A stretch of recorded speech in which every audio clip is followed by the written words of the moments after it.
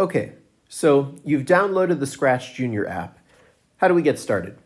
Well, from the home page, you're going to click on the home icon, and as you can see, I've already made one project, but I'll go ahead and create a new one with the plus icon on the left, and you're met with the Scratch Cat.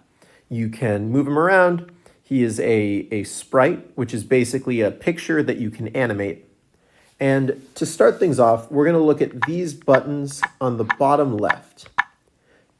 To begin, we'll bring a green start flag here, and then just add some movement controls. Let's say we want him to move a bit to the right, and then we press the green flag in the top right.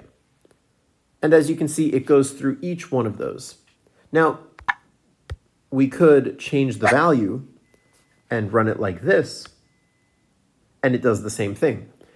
These different commands have values underneath them that you can change to much higher amounts, even something, well, apparently not something.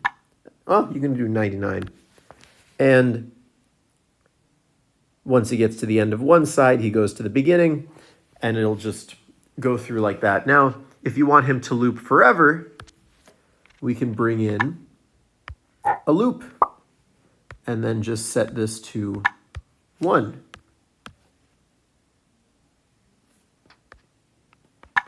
And let's say we're going to keep looping this. So there are different things we can do here. Let's say we want him to go very fast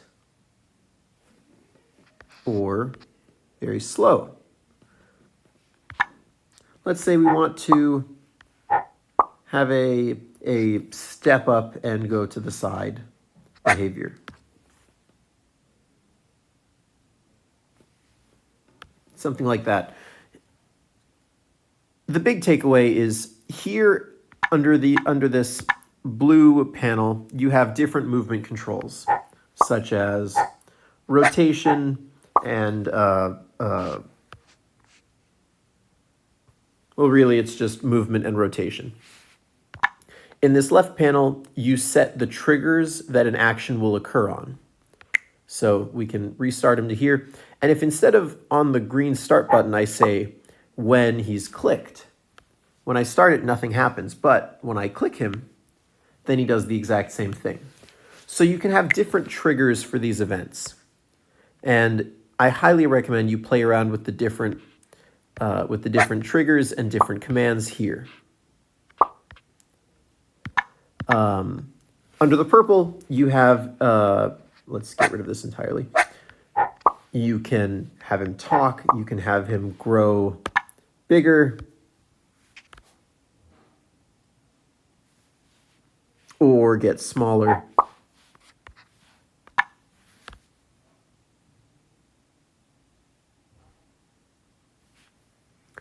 And even fade out or fade back in. If, for example, you wanted to make it seem like, oh, this is, he's disappearing and then reappearing over and over again, and you add a little pop sound effect from the sound effects area, you can do that. You can change control behavior here. I've shown loops. You can also have a delay timer if you want to have him disappear, wait for 3 seconds, and then, or wait for a count of 3. I'm not sure what that exactly equals, but let's extend that out. There we go.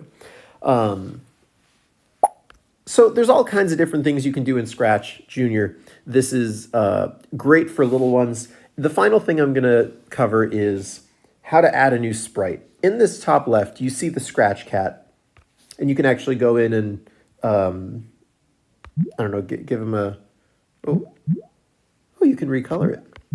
Say I want a green cat. I'll say, sure, that's great. If you go below, you can actually create a new sprite. And I'll add whatever this thing is, and have them interact. And notice how when I click on cat, it shows the code I already had in there, but when I click on Tack, this other character, nothing's there. And it's because the cat is what has this code that's running through, and TAC doesn't at the moment.